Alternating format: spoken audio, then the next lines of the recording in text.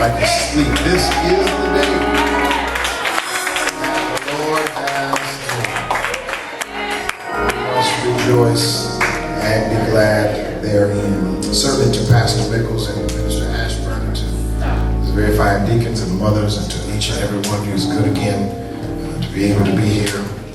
Let me just say a few words, and then we'll fellowship and food and get prepared for tonight's service. In the depths of the Old Testament, I believe this particular message fits the occasion for today. 1 Chronicles chapter 29.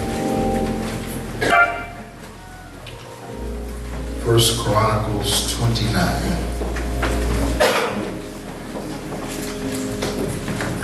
Beginning at verse number 1.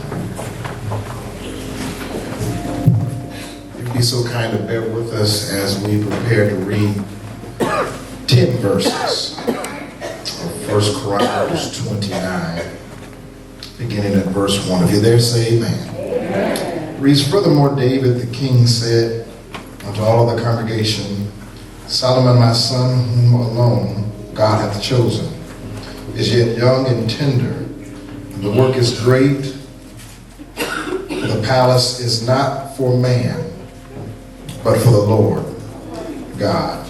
Now I have prepared with all my might for the house of my God the gold for things to be made of gold, and the silver for the things of silver, the brass for the things of brass, the iron for the things of iron, and the wood for things of wood, onyx stones and stones to be set, glycerine stones and of divers colors, and all manner of precious stones and marble stones in abundance. Moreover, because I have set my affection to the house of my God, I have of my own proper good of gold and silver, which I have given to the house of my God, over and above all that I have prepared for the holy house. Even 3,000 talents of gold, for the gold of Ophir, and 7,000 talents of refined silver to overlay the walks of the houses withal. Gold for things of gold, and the silver for things of silver, and for all manner of work to be made by the hands of artificers. And who then is willing to consecrate his service this day unto the Lord? Then the chief of the fathers and the princes of the tribes of Israel, and the captains of the thousands and of hundreds, with the rulers of the king's work, offered willingly, gave for the service of the house of God of gold 5,000 talents and 10,000 of drams, and of silver 10,000 talents, and of brass 18,000 talents, and of 100,000 talents of iron. And they with whom precious stones were found gave them to the treasure of the house of the Lord by the hand of Jehiel the Gershonite. And the people rejoiced for that they offered willingly, because with perfect heart they offered willingly to the Lord, and David the king also rejoiced with great joy. Verse number 10, wherefore David blessed the Lord before all of the congregation. And David said, blessed be thou, Lord of God of Israel, our Father, forever and forever. God bless you. You may be seated. The people rejoiced for that they offered willingly, because with perfect heart they offered willingly to the Lord. And David the king also rejoiced with great joy. In just a few minutes, I want to talk from this subject. I love my church. I love my church. And if you're not at that point where you can say, I love my church, then maybe you're in the wrong church. If you're not at that point where you can step back and look with pride that you belong to one of the greatest churches on planet Earth,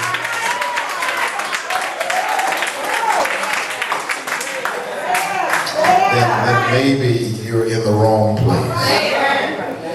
Even with all of its challenges, even with all of its issues, you ought to still love your church. Because I have been told a long time ago that if you find a perfect church, don't you join it. Because if you join that perfect church, you're going to mess it up. You'll catch that one on the way home somewhere. But if you love something, it means that you'll do anything you can to help the church move forward. Which means if I love my church, I ought to be willing to sacrifice. If I love my church, I will spend some time outside of these four walls telling someone about your church. Not hanging your dirty laundry out so that everybody can see it. Spreading that which God has given you to spread. So brothers and sisters, as I look at this particular text, the more I look at this, the more I can see our own selves, because here David comes to the end of his life. And you remember God had told David a while ago that you will not build the temple because you got too much blood on your hands. He says, however, I'm going to do this for you, David. You won't build it, but your son will. Solomon, who will come from your loins, will build the temple. But David had some very great words to share with the entire congregation about the building of this particular temple. David loved God, number one. There's no doubt in my mind, there's no doubt even in scripture as you read that David loved God from the depths of his heart. Let me say, brothers and sisters, before you actually love the church, you first must love God. That if you don't love God, it's impossible to love his church, because God is love. And I'm able to deal with folk within the church because of the love of God in my heart. Matter of fact, folk are able to deal with you because of the love of God in their heart. So David loved God. And he didn't mind displaying his love no matter where he was, where he could lift up his voice as he wrote various passages in scripture. He didn't mind letting people know that he was in love with God. But let me look at this, because now David comes to the end of his life. He has written this particular piece to the people of the congregation and told them simply, my son will build the temple. He's young, but and the work is great in front of him. And so what I'm going to do, I'm going to help out as best as I can. I may not be the one that builds the temple or gets credit for building the temple, but I sure enough can do something to help the work move on. And brothers and sisters, I stopped by here to tell you that you have made history within this church. I'm so glad. Can I just be transparent? I'm so glad that I didn't hear it for myself. You may have said it, but I didn't hear it. That new members did not come in and say, I didn't make that debt.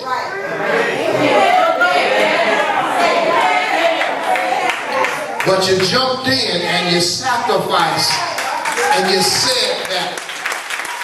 Y'all know that in a marriage, when you marry somebody with debt, you automatically assume that debt. Because you're no more twain, you are just one.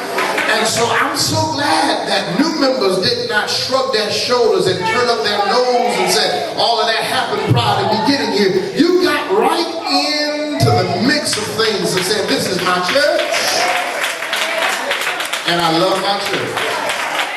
And I thank God for each and every one of them. And so David says simply, I may not get credit for building the temple, but I'm going to do some sacrificing on my own part, because I'm going to give some gold, I'm going to give some silver, I'm going to give my time, because I want to see God's house looking good. And I stop by here to tell you, brothers and sisters, we can worship good when the house looks good. Have you ever been in a storefront and it was clean?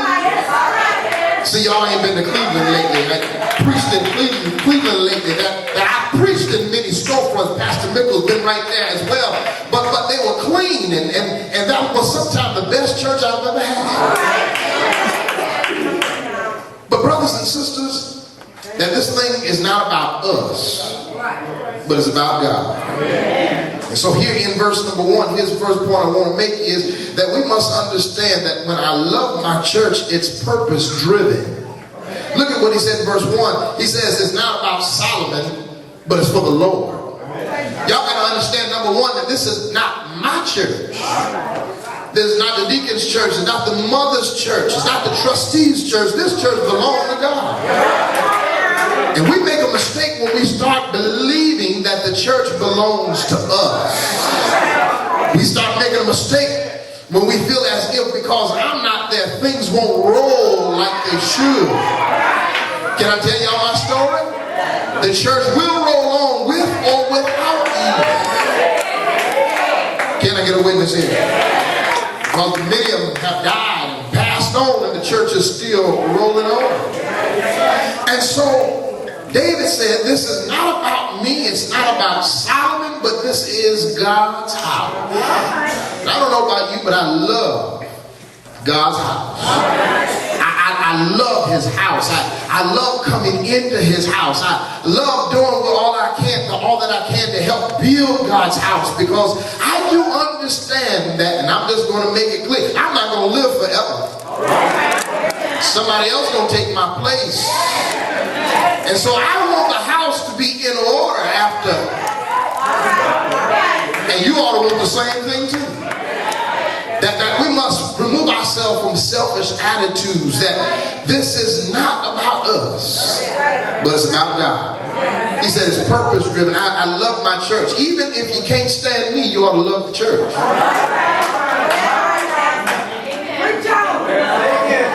I got the mic, y'all. Listen, I've been in this a long time. And I do understand that Pastor Aaron will not be everybody's pastor under the roof of the Providence Baptist Church. Hello in here, somebody. I'm not ignorant. I will not be everybody's pastor. Everybody won't let me pastor them. But as long as you're in this house, I'm going to do all I can to help pastor. Amen, somebody. Now, if you didn't get it, you'll catch it somewhere early in the morning, 3 or 4 o'clock. You'll get it. It'll pop right in your head. He says, simply, this is God's house. But then David goes on to talk about that he made great preparations. That's the second point I want to make. Not only is it purpose-driven, but we also must make some preparations into getting God's house to the place where God is pleased. Getting God's house. Ain't it something how we will clean our house? Won't let nobody through the front door if we got a mess. We'll clean our house all week long. We'll get the best things we can to put in our house. But we won't just put anything in God's house. That we'll go all the way out to them great places that we can't afford sometimes, and get some of the best stuff to put on our walls, put on our floors, to put in our living room. Pier 1 imports. I must say that I went in Pier 1 imports for one time. Flipping through the pillows, and there was a pillow for over $200. The lady said, "Can I help you? Can I wrap it up for you?" I said, No, I'm just looking. Just shopping. But listen, brothers and sisters, God's house ought to be clean. God's house ought to look good. God's house ought to smell good. God's house ought to look its best. Because we ought to give God our best. And so he says, here's my preparation. He says, I have, verse number 2, now I have prepared with all my heart for the house of God. He says, I prepared gold, I prepared the silver, I prepared the wood, I've got the best that I could give. But look at what he says, I offer these things myself. I sacrifice. Brothers and sisters, here's the problem. One of the many problems. That Oftentimes we don't want to sacrifice for God's house like we should. Because you know what really is the problem? Is that sometimes we want something in return. All right. And we want something in return right now.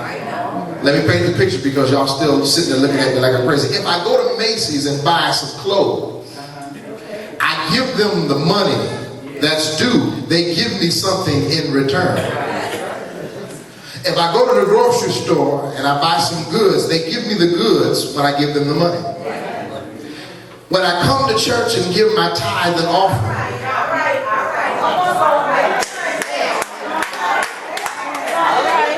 somebody said, where's my stuff in return? But we fail to realize that we serve an all-powerful God. And that when I give my sacrifice, when I give from my heart, God will give me what I stand in the need of. But here's what happens. We don't really believe that. Because we want something in return and we want it right now. But how many know that we serve a right now God? Who will feed us if we're hungry right now? Who will pay our bills if we're in need right now? Who will give us what we stand in the need of right now? But you've got to believe in your heart. How many of us honestly didn't believe we'll get to this point? Oh, so I'm in a room full of paying it off. How many really believe that we will get to this point paying it off? Or didn't believe, I should say. All right. But I believe that when God gave the vision, I believe he was going to work some stuff out. All right. Even with all of the hills and all the mountains that came over the last 3 years, God says, please be still. And watch me work some stuff. Yeah. Preacher, even when you don't see it, you've got to believe my word. Even when you don't see that it's going to come together, you've got to trust me. Even when you don't see and understand why things are going the way they're going, you've got to trust me. There was many nights I laid awake asking God, are you sure this really gonna come to pass? And he said, simply just said, trust me. I know what it looks like, but just trust me. Then he reminded me of one of my old sermons. One of the points that I always made is that seeing is not always believing. That when you see the horses, when you see the chariots, when you see the people that have outnumbered you 10 to 1, don't believe it because I've got the power in order to wipe them all out. Come here for just a minute. There were some times when the church didn't show up on Sunday morning, I scratched my head. There were times when the offering was not where it needed to be. I started to panic. There were times when the money was not flowing in like it was, and I started walking, but I trust God and his word when he said, preacher, just be still, go on to sleep. Don't you worry about a thing. I got it in my hands. Is there anybody in here who I'm testifying? You can go to sleep on his promises. You can rock yourself to sleep on his word. Thank you, Lord. Thank you, Lord. Y'all help me preach here. Even when you don't see it coming together, trust his plan. He said, I gave it to you, right? I said, right. Then you just trust. You trust my plan. But then here's point number 3. There's personal commitment. David says, I'm giving from myself. I'm not looking for anything in return. Why? Because I love the church. Let me rephrase that. I love God and I love his church. I want to see his church flourish. So I must give my personal commitment, personal sacrifice. Listen, y'all, it was a personal commitment, personal sacrifice for 3 years straight that individuals decided, made up in their mind, I'm going to give my 180. There was some times you snatched your bills, you looked at your issues, you looked at your problems and said, Lord, there's no way I can do it, but you decided to do it anyways. And God took care of you. God seen you when you're over there sweating over at Cedar Point. And I heard some folks say they want to burn their Cedar Point hats right there in the room.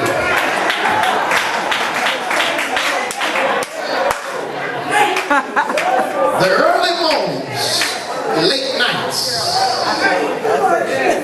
just so we can get to this point. Listen, y'all, if y'all not happy, I'll get happy for you.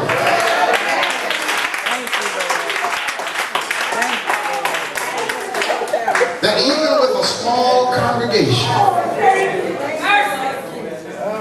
y'all, we ain't got no mega church here.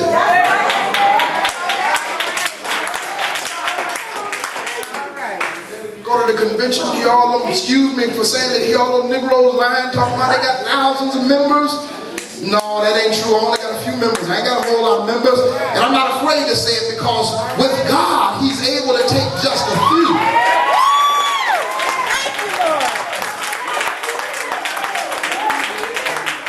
Breathe on it. Multiply.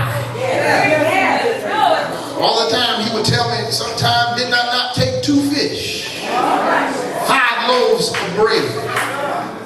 I took a boy's lunch and multiplied it and had 12 fragments, baskets left over for the overflow. If I can do it then, I can do it now.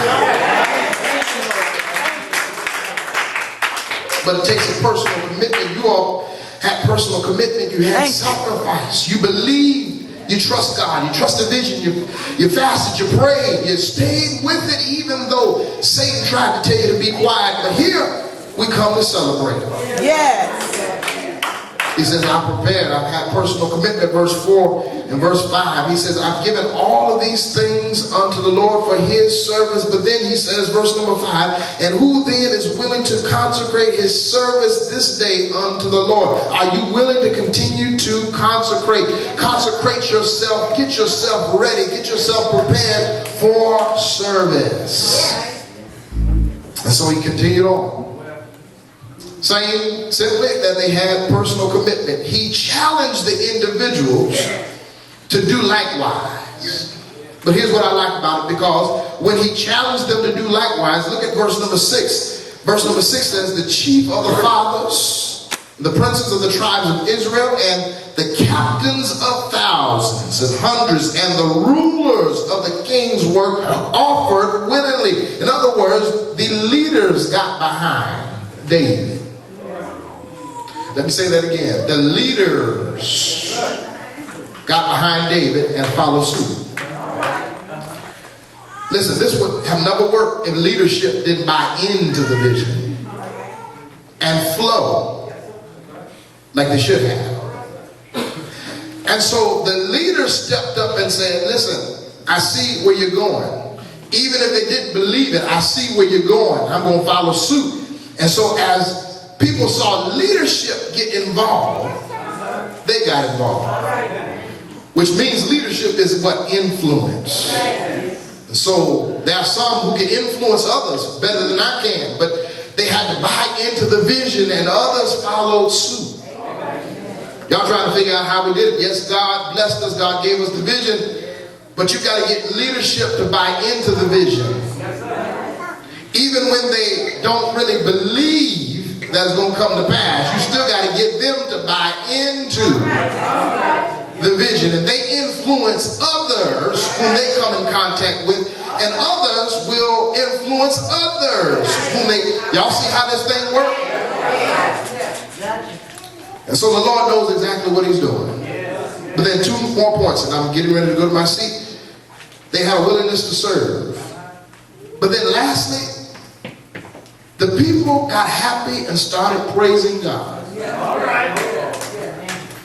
before they received the blessing. They were still in the planning stages. It wasn't when the building got put up, but it was in the planning stages. All right. It wasn't when they started building. It was still in the planning stage. Listen, I started shouting way back. And I hope and trust you started shouting as well way back when the vision was unfolded before our very eyes. Lord blessed us with the first 20,000. Somebody caught on and said, you know what? If the Lord did it then, maybe he can bless us with some more. Then the next year we came along and that was 22. And then the following year that was 25. God kept blessing. He gave above and beyond what we asked God for. I'm here to tell you on this afternoon, when you ask God, you better be ready for above and beyond blessings. David said the people caught on, they got happy, but then David also got happy even in his old age. He knew in fact what the Lord was getting ready to do in and through Israel. So I'm here to tell you on this day, as we continue to celebrate that we serve an able God. We serve a mighty God. We serve a God who's able to do above and beyond what we ask him to do. But what we have to do is stand still and see the salvation of the Lord. And I know you're in here and you're still wondering how the Lord has blessed us. But I'm here to tell you, stop wondering and start praising God, because it's already done. I don't know about you, but I'm so glad that I love my church. And I say that with pride because it is my church. This is the place that I meet God every Sunday morning. This is the place where the choir will sing from the depths of their hearts. This is the place where I know I can receive a wholesome message from the pulpit. This is my church. Even with all of its issues, it's still my church. Even with all of its problems, I'm happy to report that it still is my church. Because the Lord placed me here. And he could have sent you somewhere else, but the Lord sent you right here. And I know there's other preachers that can preach me under the table, but the Lord sent you here. And I'm so glad that the Lord sent me here. And not only did he send me here, the Lord placed me here. Can I get a witness here? And I can give God praise because he keeps on doing great things for me. And I'm not going to wait until 6 o'clock this evening, but you don't mind, y'all, I'm going to get ugly for the Lord right now. Oh, shucks. I'm so glad that the Lord hears and answers prayer. Aren't you glad, y'all, that we serve a God who stands by his word? Aren't you glad that we serve a God that will come through? So many times I felt like giving up. So many times I started to throw in the towel. So many times my pillow was wet with tears. So many times I had a lot of sleepless nights. But how many know they that wait on the Lord shall renew their strength? They that wait on the Lord, if you hang on in there just a little while longer, he will shout out, he will come to your rescue.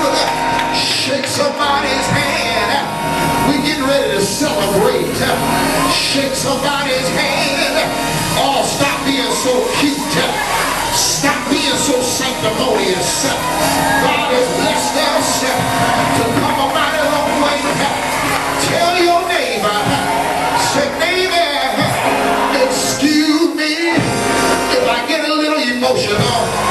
Say, neighbor, excuse me if I get a little happy. Say, neighbor, excuse me if I begin to wave my hand.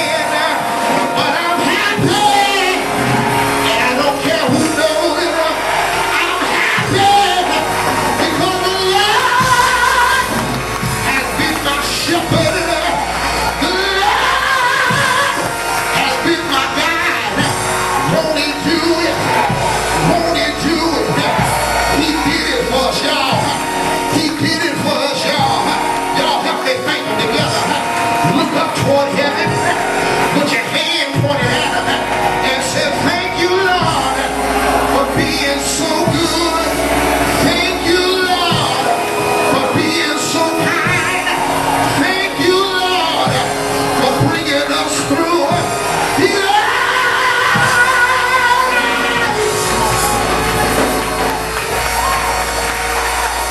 Ain't he all right? Ain't he all right? Can you help me see it? Yeah!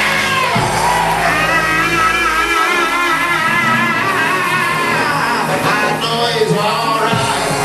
Oh, shucks.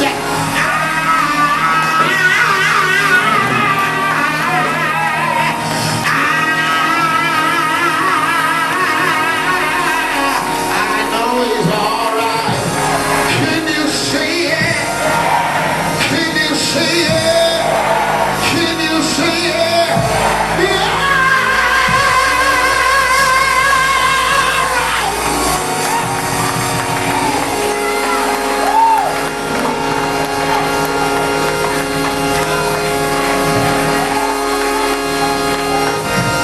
Yes, he will.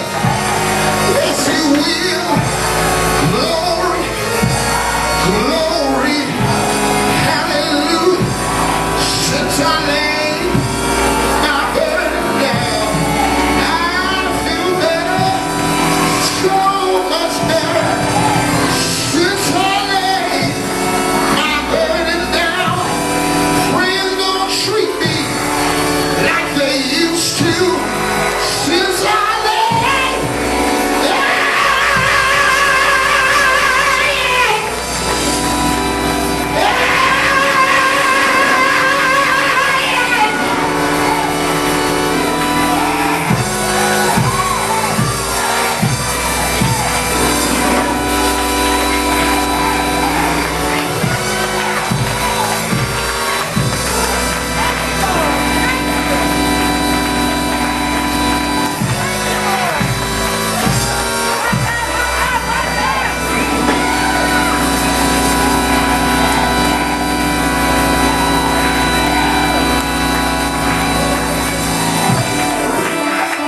God bless you. God bless you, ladies on the stand.